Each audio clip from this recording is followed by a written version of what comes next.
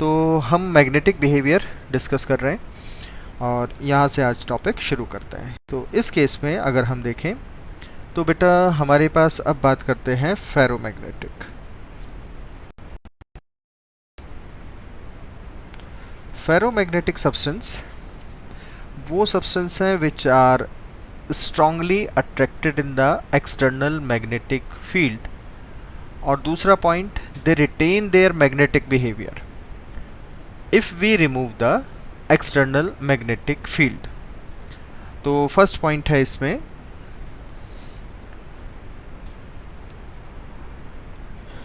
They are strongly attracted, weakly नहीं, paramagnetic की तरह नहीं, स्ट्रांगली अट्रैक्टेड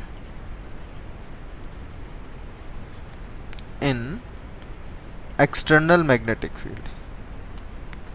जो एक्सटर्नल मैग्नेटिक फील्ड हमने लगाया है उसमें स्ट्रांगली अट्रैक्ट होता है, strongly attracted in external magnetic field.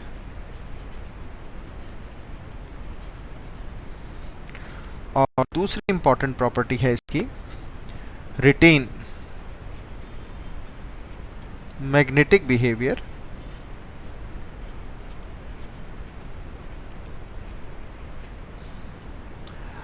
On removal of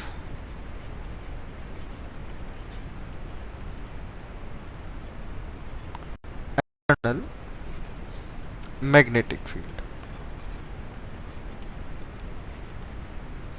ये स्ट्रॉन्ग अट्रैक्टेड होते हैं और इनका जो मैग्नेटिक बिहेवियर है वो अब हम एक्सप्लेन करते हैं डोमेन की हेल्प से। डोमेन, अब ये डोमेन क्या है? डोमेन अगर हम देखें कि हमारे पास कोई एक मेटल है, तो इस मेटल में बहुत सारे सेवरल मेटल आयंस प्रेजेंट होते हैं, सेवरल मेटल आयंस। और ये जो मेटल आयंस हैं, ये मेटल आयन अपने आप को ग्रुप्ड कर लेते हैं, अलग अलग ग्रुप बना लेते हैं।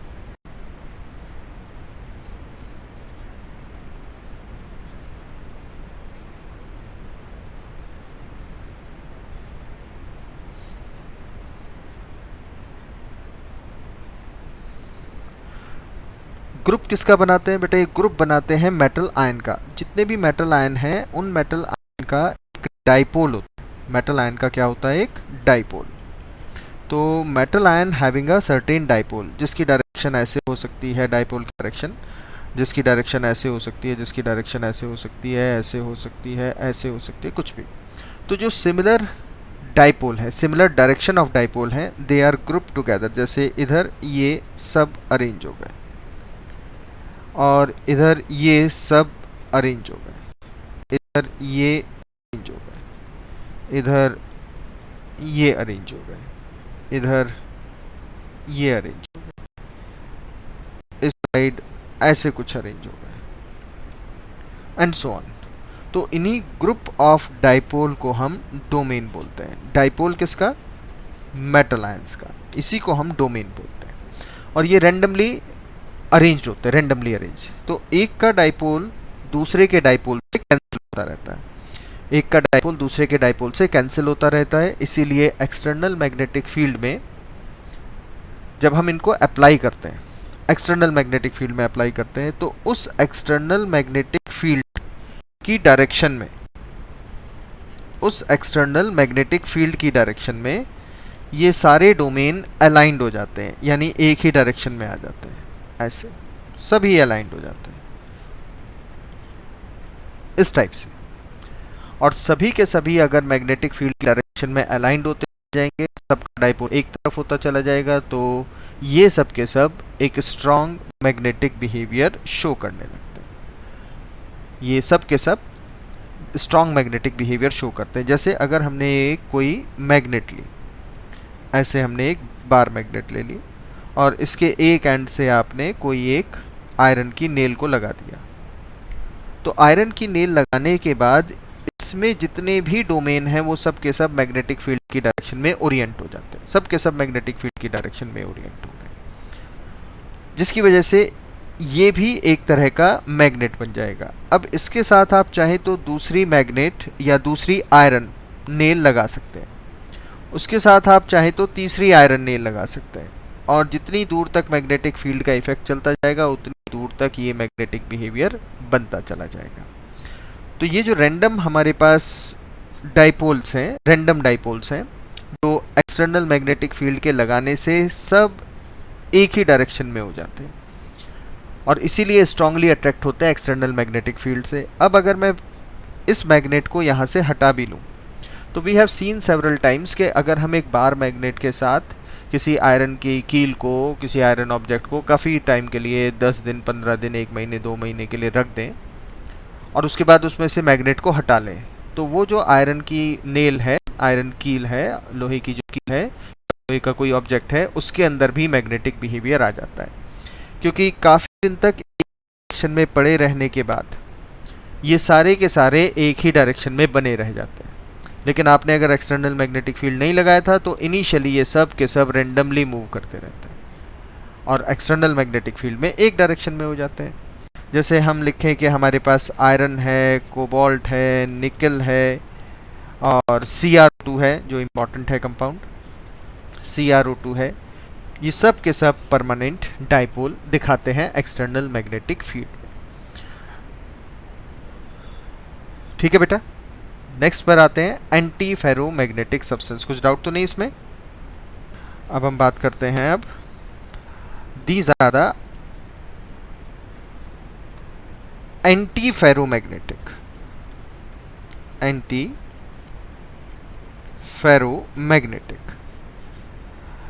फेरोमैग्नेटिक यानी नाम से ही पता चल रहा है जो मैग्नेटिक या फेरोमैग्नेटिक के अपोजिट हो। फेरोमैग्नेटिक सब्सटेंस के जो ओरिएंटेशन है वो ओरिएंटेशन एक दूसरे के एंटी पैरेलल्स होते हैं।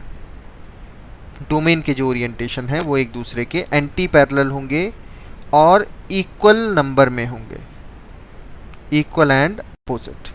अगर 3 डाइपोल डाउनवर्ड डायरेक्शन में है तो 3 डाइपोल अपवर्ड डायरेक्शन में होते हैं, जिससे इनका नेट डाइपोल कैंसिल आउट हो जाता है। इसीलिए ये सब्सटेंस एक अच्छे मैग्नेटिक सब्सटेंस में कंसीडर नहीं होते।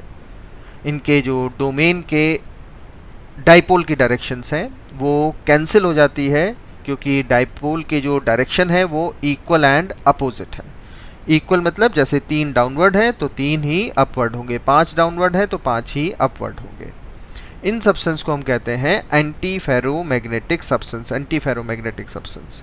और अगर हम इनके एग्जाम्पल लिखें तो हमारे पास मोस्टली मैग्नीज मेटल के, जैसे MnO मैग्नीज ऑक्साइड, जैसे MnO2 मैग्नीज डाइऑक्साइड, या फिर Mn2O3, इस टाइप के कंपाउंड्स, या V2O3, ये सब के सब आते हैं हमारे पास एंटी फेरोमैग्नेटिक सब्सटेंस में। ये 4th वन था। Next is the फेरीमैग्नेटिक।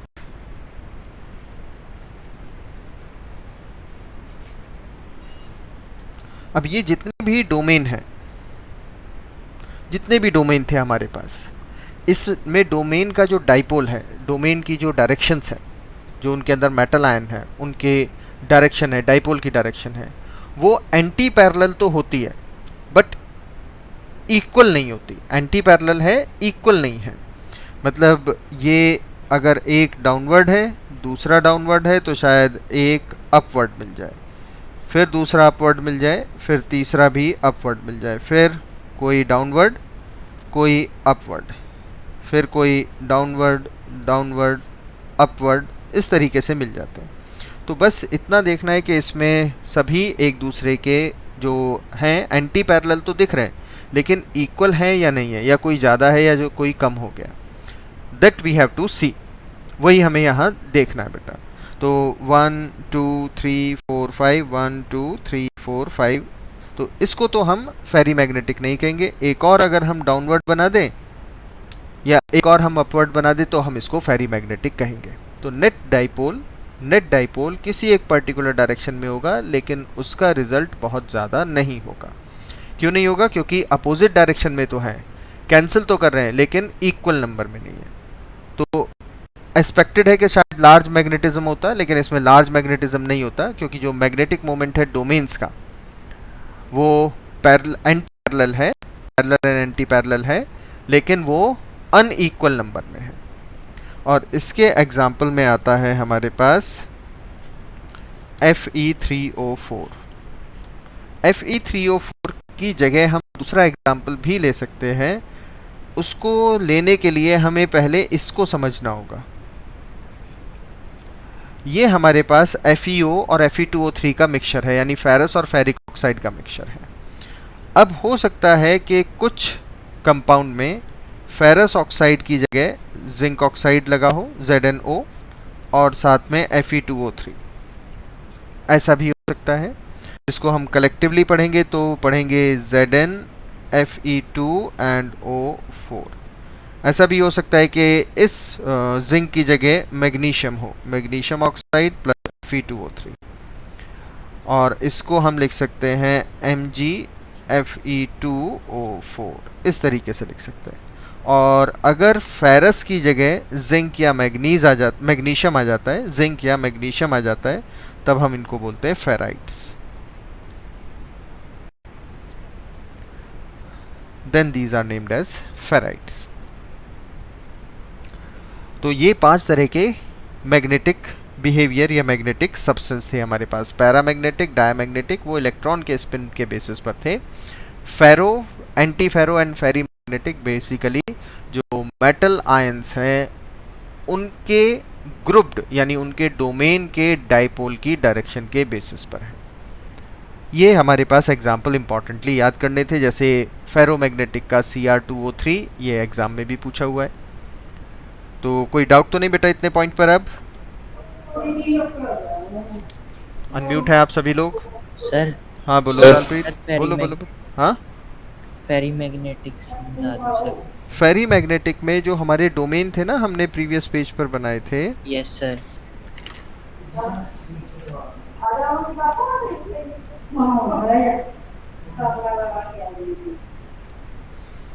ये जो फेरी मैग्नेटिक्स जो डोमेन है ये वाले, अब इनमें से कुछ डोमेन, जैसे ये डोमेन हो गया हमारे पास, ये डोमेन हो गया हमारे पास, ये डोमेन, तो इन डोमेन की नेट डाइपोल है, इन डोमेन्स की जो नेट डाइपोल की डायरेक्शन है वो एंटी पैरेलल तो आती है, जैसे एक डाउनवर्ड हो गया, दूसरा डाउनवर्ड हो गया, लेकिन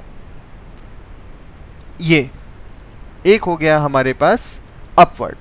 तो पैरेलल और एंटी पैरेलल तो हैं, लेकिन अनइक्वल इन नंबर है। अनइक्वल इन नंबर की वजह से इसमें नेट या रिजल्टेंट डाइपोल मोमेंट की वैल्यू हमें थोड़ी सी मिल जाएगी। लेकिन जैसे एंटी फेरो था, एंटी फेरो में जितने डाउनवर्ड डोमेन के डाइपोल होंगे उतने ही अपवर्ड होंगे, तो ये कैंसिल होंगे और नेट रिजल्ट 0 आएगा। लेकिन फेरी मैग्नेटिक में कैंसिल आउट होंगे बट परफेक्ट कैंसिलेशन नहीं है, मतलब जितने अपवर्ड है उतने डाउनवर्ड नहीं, या तो अपवर्ड ज़्यादा होंगे या डाउनवर्ड डाइपोल ज़्यादा होंगे। तो इनको हम बोलते हैं फेरी मैग्नेटिक सब्सटेंस। अब आपके लिए डिस्कस करते हैं हम एक तो Cr2O3 की एप्लीकेशन, CrO2 की एप्लीकेशन, CrO2 एक फेरोमैग्नेटिक सब्सटेंस है। ये एक फेरोमैग्नेटिक सब्सटेंस है और ये फेरोमैग्नेटिक सब्सटेंस हम यूज़ करते थे, अब तो यही यूज़ करेंगे वर्ड, मैग्नेटिक टेप बनाने के लिए, मैग्नेटिक टेप। और ये मैग्नेटिक टेप क्या थी? ये एक ब्लैक कलर का रिबन था। ये ब्लैक कलर का रिबन कहाँ यूज़ होता था? ब्लैक कलर का रिबन यूज़ होता था मैग्नेटिक टेप बनाने में। मैग्नेटिक टेप जैसे you might have seen audio cassettes होती थी। ऑडियो कैसेट में वो 2 रोलर लगे होते हैं जिसमें से एक ऑडियो टेप रन करता है, वो जो रिबन सा होता है उसको बनाने में यूज़ करते हैं। या वीडियो टेप होती है, वीडियो कैसेट्स होती हैं, शायद किसी बच्चे ने देखी हो, अभी भी ज़्यादा पुरानी बात तो नहीं है लेकिन फिर भी बहुत जल्दी टेक्नोलॉजी आउटडेटेड हो जाती है। तो जो ब्लैक कलर के रिबन्स होते हैं जो मैग्नेटिक या मैग्नेटिक टेप बनाने में इस्तेमाल करते हैं, चाहे वो ऑडियो टेप हो चाहे वो ऑडियो वीडियो टेप्स हों, तो इसको हम CrO2 को इस पर्पज़ के लिए यूज़ किया करते थे। अब तो हम सीधा पेन ड्राइव में या कोई और उस जगह हम कर देते हैं, उसको स्टोर कर देते हैं सीडी में। सीडी भी अब ऑब्सोलीट हो चुकी है। तो नेक्स्ट आता है बेटा इसी केस में is the Curie temperature. Curie temperature, देखो Curie temperature is the temperature above which, जिससे ऊपर आप अगर किसी फेरोमैग्नेटिक सब्सटेंस को हीट करें और उसका फेरोमैग्नेटिज्म बिहेवियर खत्म हो जाए, उसका जो मैग्नेटिक बिहेवियर है वो बिल्कुल खत्म हो जाए, फेरोमैग्नेटिक बिहेवियर खत्म हो जाए, उस टेम्परेचर को हम क्यूरी टेम्परेचर कहते हैं। और ये इसलिए होता है क्योंकि जो डोमेन है अब वो सारे के सारे रेंडमाइज हो जाते हैं, वो ऑर्डर्ड में आते ही नहीं हैं एक पर्टिकुलर टेम्परेचर के हीट करने के बाद। तो Curie temperature is the temperature, Curie temperature is the temperature above which the ferromagnetic substance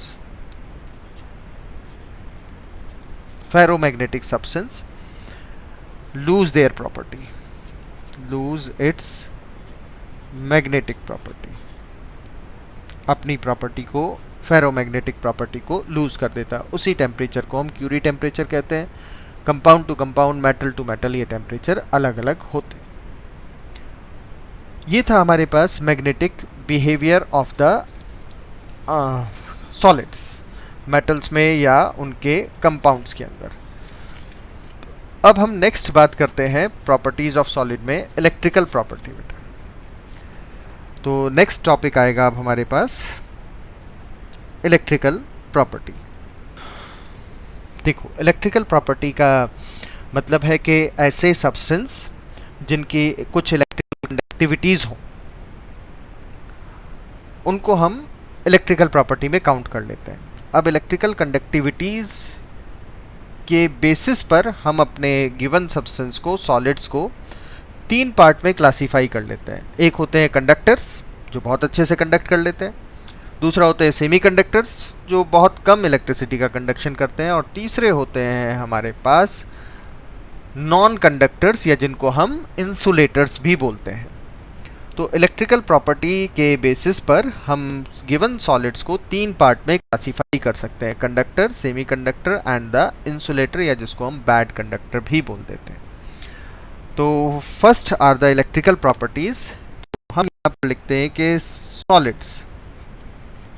solids have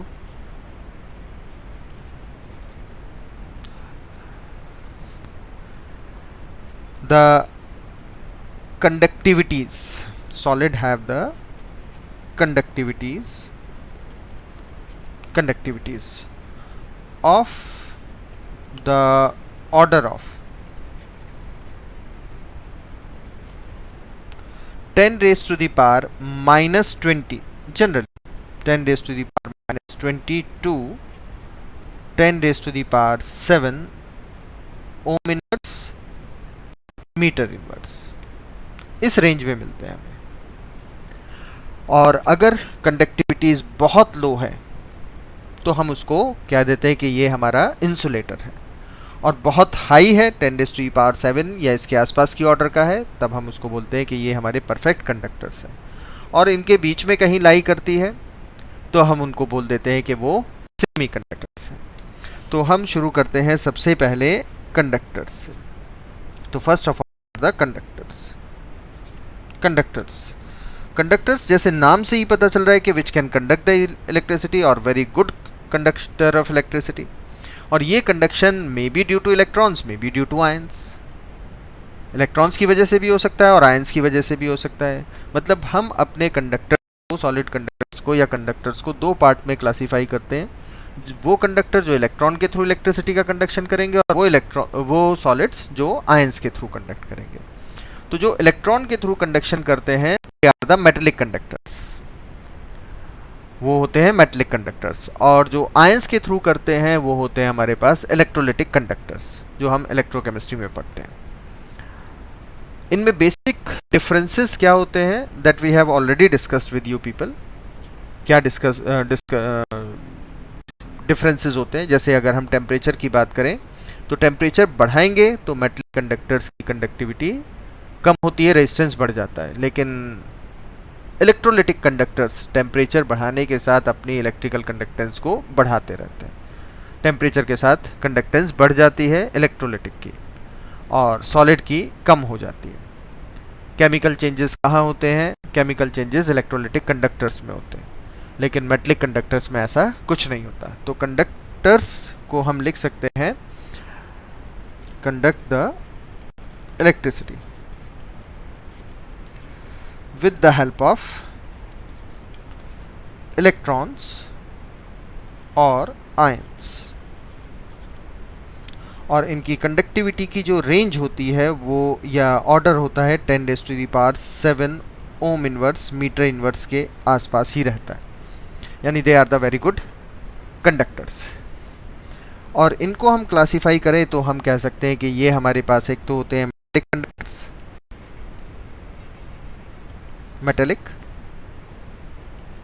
metallic conductors जैसे हमारे पास कॉपर आ गया, सिल्वर आ गया, कॉपर हो गया, सिल्वर हो गया, ये सब हमारे पास मेटलिक कंडक्टर। और विद टेम्परेचर या विद इंक्रीज इन टेम्परेचर इनकी जो कंडक्टिविटी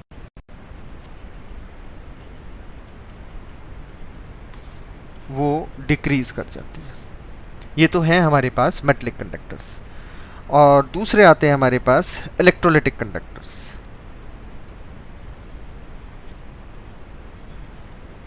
और जो इलेक्ट्रोलिटिक कंडक्टर्स हैं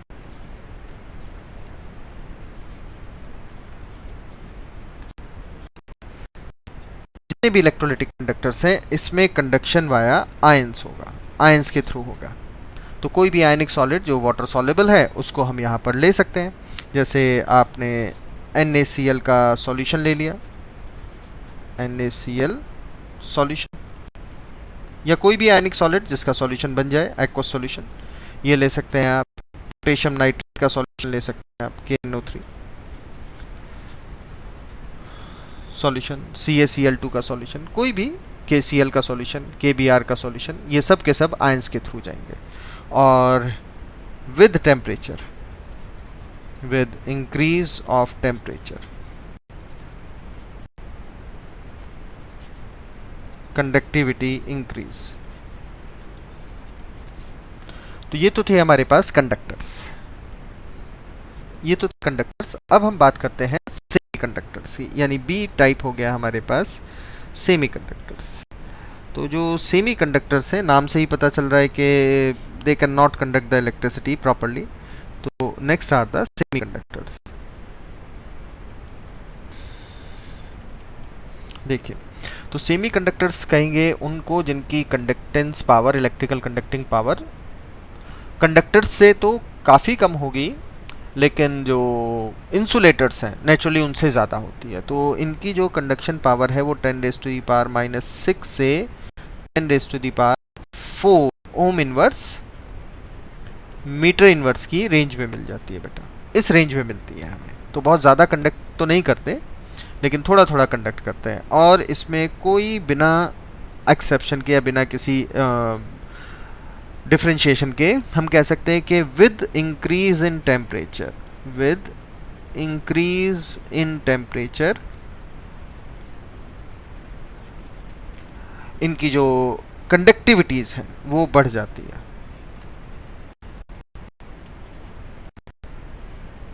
कंडक्टिविटीज़ इंक्रीज मतलब टेम्परेचर बढ़ाएंगे तो इनकी कंडक्टिविटीज़ बढ़ जाती है। और इन सेमी कंडक्टर्स को भी हम दो पार्ट में क्लासीफाई करते हैं। जितना हम लेक्चर कर चुके हैं, पढ़ चुके हैं, उसी के बेसिस पर क्लासीफाई करते हैं। एक होते हैं हमारे पास एक्सट्रिंसिक,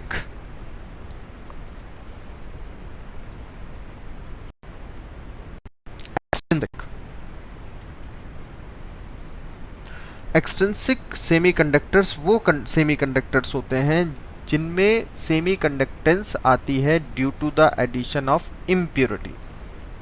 तो वो एलिमेंट, जैसे हमने सिलिकॉन और जर्मेनियम लिया, उसके साथ अगर हम 13 ग्रुप को डोप करें या 15th ग्रुप को डोप करें, तो इम्प्योरिटी डोप करने से जो सेमीकंडक्टेंस आई एलिमेंट्स में, उसको एक्सट्रिंसिक बोलते हैं।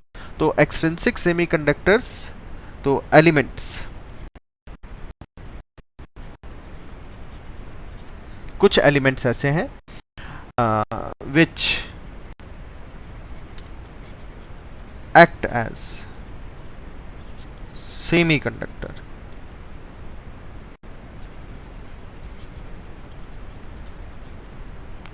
due to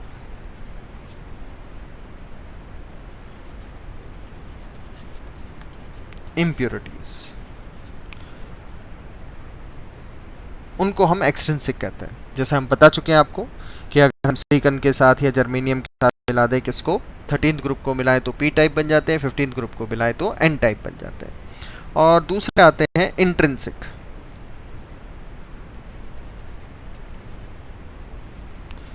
इंट्रिंसिक, अब ये इंट्रिंसिक क्या है? इंट्रिंसिक किसी की इम्प्योरिटी की वजह से नहीं आएंगे, ये आते हैं mainly due to the thermal defect. जब हमने डिफेक्ट डिस्कस करना शुरू किया था तो आपको बताया था above 0 kelvin certain element lose their electrons, और उन इलेक्ट्रॉन के लॉस की वजह से उनमें कुछ इलेक्ट्रिकल कंटेंट्स आ जाती है।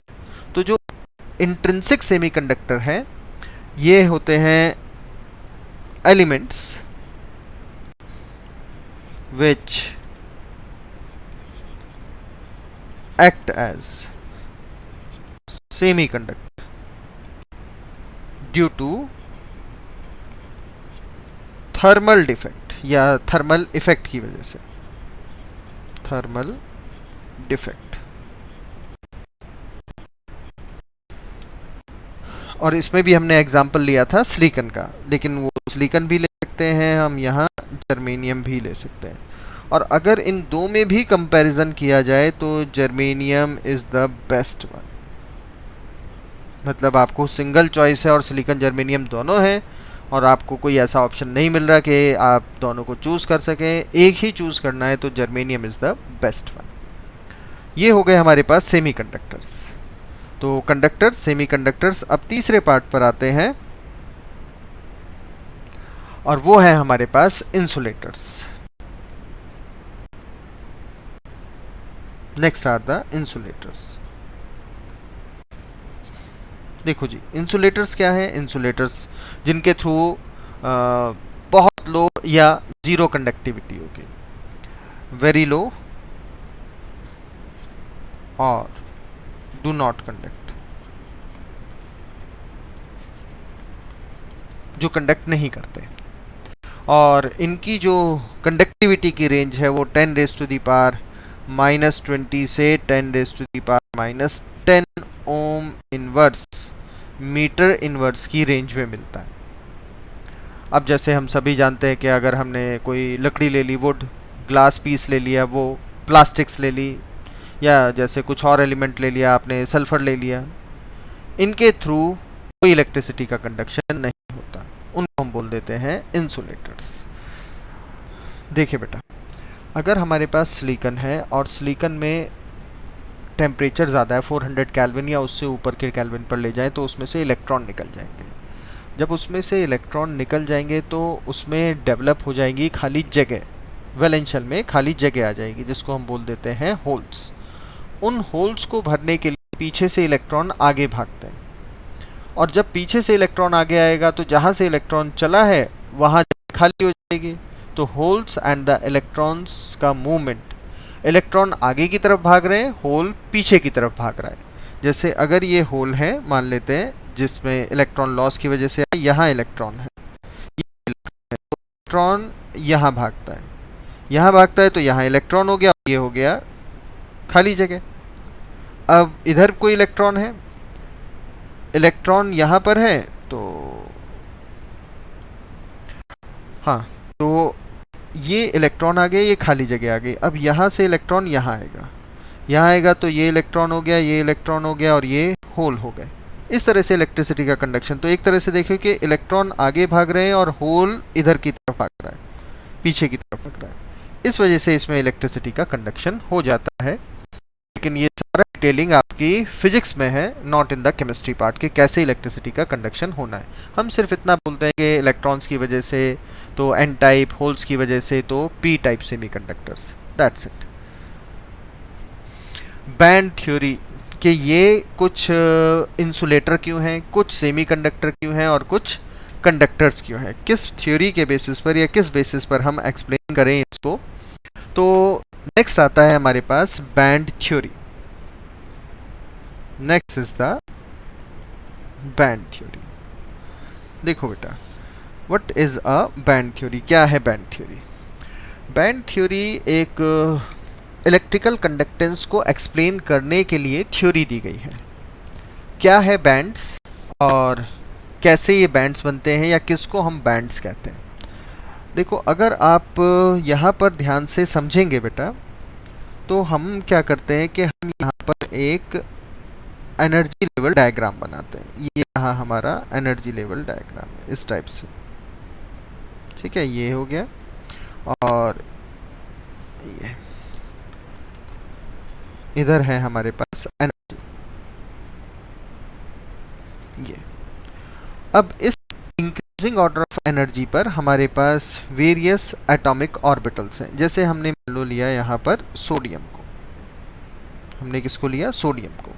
तो सोडियम का कॉन्फ़िगरेशन अगर हम देखें तो 1s 2s 2p and 3s। यहाँ 2 इलेक्ट्रॉन, यहाँ 2 इलेक्ट्रॉन, यहाँ 6 इलेक्ट्रॉन और यहाँ 1 इलेक्ट्रॉन, 11 इलेक्ट्रॉन। इसको अगर हम एनर्जी लेवल पर भरें तो हमारे पास सबसे नीचे के लेवल पर 1s, फिर 2s, फिर 2p, देन 3s, इस तरीके से एनर्जीज होंगी। हम इलेक्ट्रॉन फिल करें तो हम लिखेंगे यहाँ पर हमारे पास हैं 2 इलेक्ट्रॉन, यहाँ भी 2 इलेक्ट्रॉन, लेकिन यहाँ आपको मिलेंगे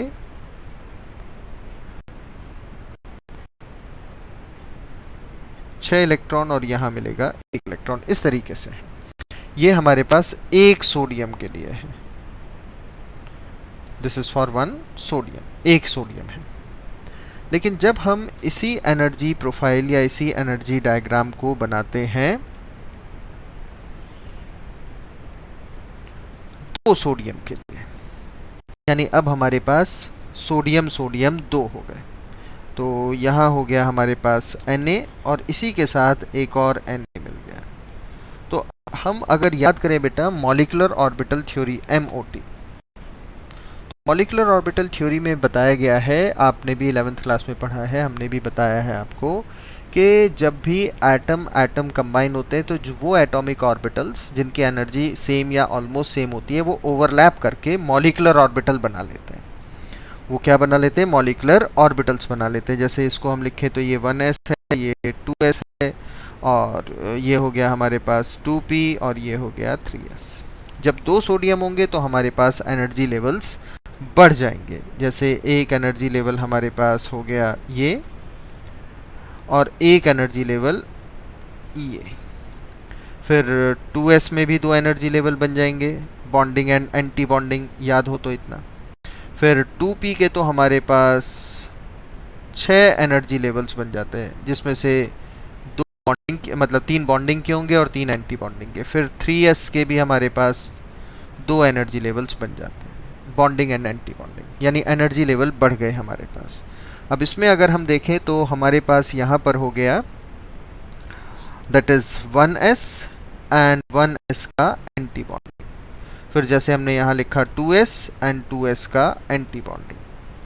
फिर यहाँ 2px 2py 2pz bonding anti bonding and so on.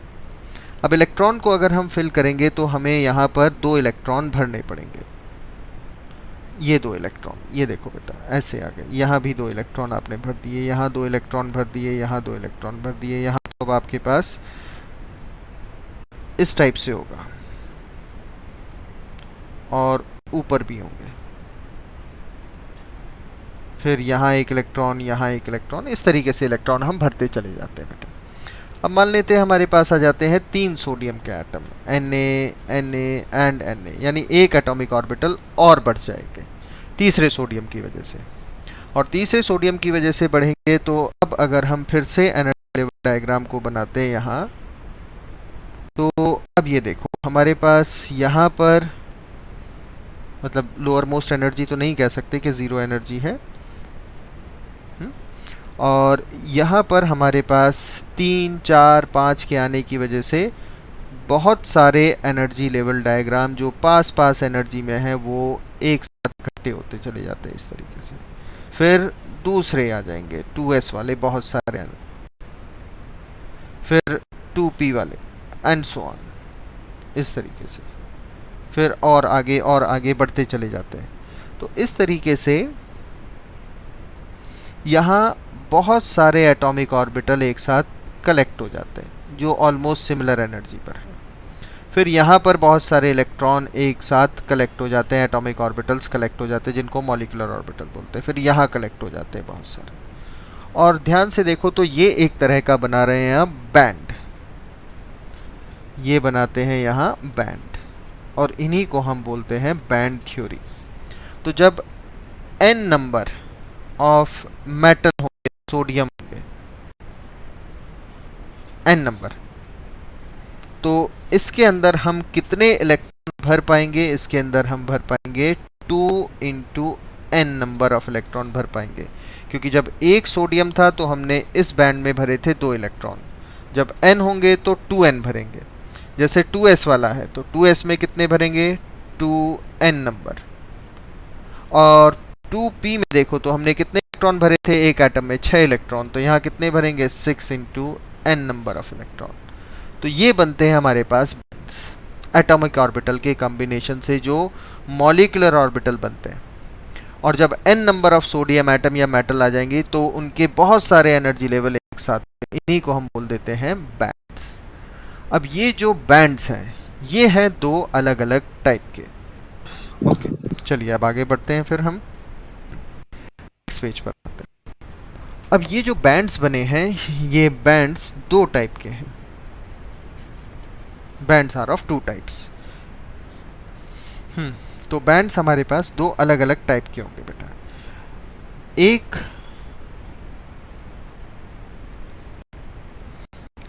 को हम बोलते हैं वैलेंस बैंड और दूसरे को हम बोलते हैं कंडक्शन बैंड। तो एक है हमारे पास वैलेंस बैंड, एक होता है बेटा वैलेंस बैंड, और दूसरा होता है conduction band. Valence band and the conduction band, 2 तरह के बैंड होते हैं। अब वैलेंस बैंड जो है हमारे पास, ये है हमारे पास हाईएस्ट ऑक्यूपाइड,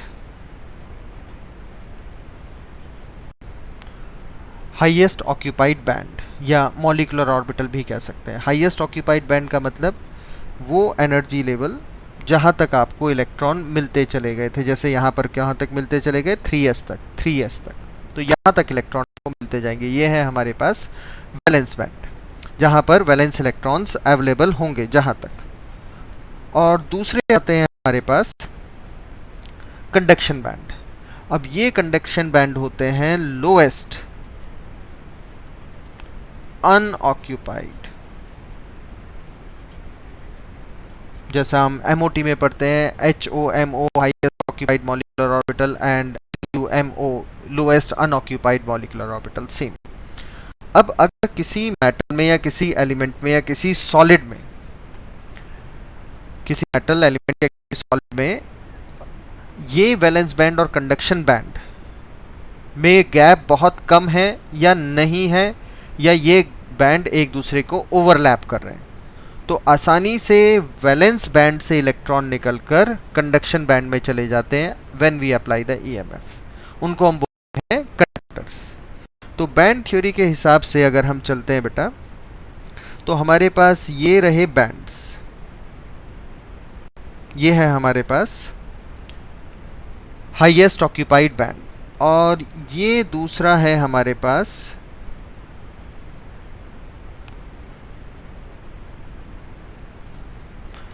कंडक्शन बैंड। अब यहाँ पर हम देख सकते हैं कि कंडक्शन बैंड और वैलेंस बैंड बिल्कुल टच करते हैं, हो सकता है कुछ केसेस में ओवरलैप भी कर जाए। तो जो वैलेंस बैंड है उसके अंदर तो है इलेक्ट्रॉन्स बेटा, और जो कंडक्शन बैंड है उसके अंदर कोई इलेक्ट्रॉन नहीं। तो अगर हम कंडक्टर्स की बात कर रहे हैं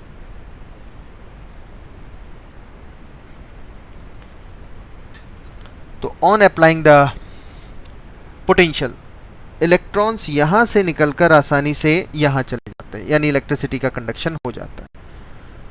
अगर हम इन्हीं बैंड्स में देखें तो अगर इन बैंड्स में थोड़ा गैप मिले आपको, जैसे ये हो गया हमारे पास और दूसरा हो गया ये बैंड, ये हमारे पास वैलेंस बैंड है और ऊपर वाला हमारे पास कंडक्शन बैंड है। इसमें गैप है हमारे पास, कम गैप है, लेकिन तो पोटेंशियल अप्लाई करने पर, एनर्जी देने पर इलेक्ट्रॉन आसानी से ट्रैवल कर जाते हैं इधर से इधर, लेकिन क्योंकि गैप है तो बहुत ज़्यादा इलेक्ट्रॉन ट्रांसफ़र नहीं करते, इसीलिए ये बनाते हैं हमारे पास सेमीकंडक्टर्स। और अगर ये गैप और भी ज़्यादा बढ़ जाए, इतना बढ़ जाए कि हम एनर्जी दें या पोटेंशियल अप्लाई करें और कंडक्शन बैंड और वैलेंस बैंड में इतना ज़्यादा गैप हो, तो इलेक्ट्रॉन्स यहाँ से ट्रैवल करके आगे तक ना पहुँच सके, यहाँ तक जा ही नहीं पाएंगे, नहीं जा सकते, इतनी एनर्जी नहीं अवेलेबल हो पाती। तब ये बनते हैं हमारे पास इंसुलेटर्स। तो on the basis of band theory, gap कम है या ज़्यादा है या बिल्कुल नहीं है, उनके हिसाब से हम कहते हैं कंडक्टर, सेमीकंडक्टर एंड इंसुलेटर। और गैप, इस गैप को, इंसुलेटर्स के इस गैप को हम बोलते हैं फॉरबिडन जोन। फॉरबिड है, यहाँ नहीं जा सकते इलेक्ट्रॉन, फॉरबिडन जोन, इसको हम बोलते हैं फॉरबिडन। तो ये सारा था हमारे पास इंसुलेटर्स, सेमीकंडक्टर्स और कंडक्टर्स को लेकर बैंड थ्योरी।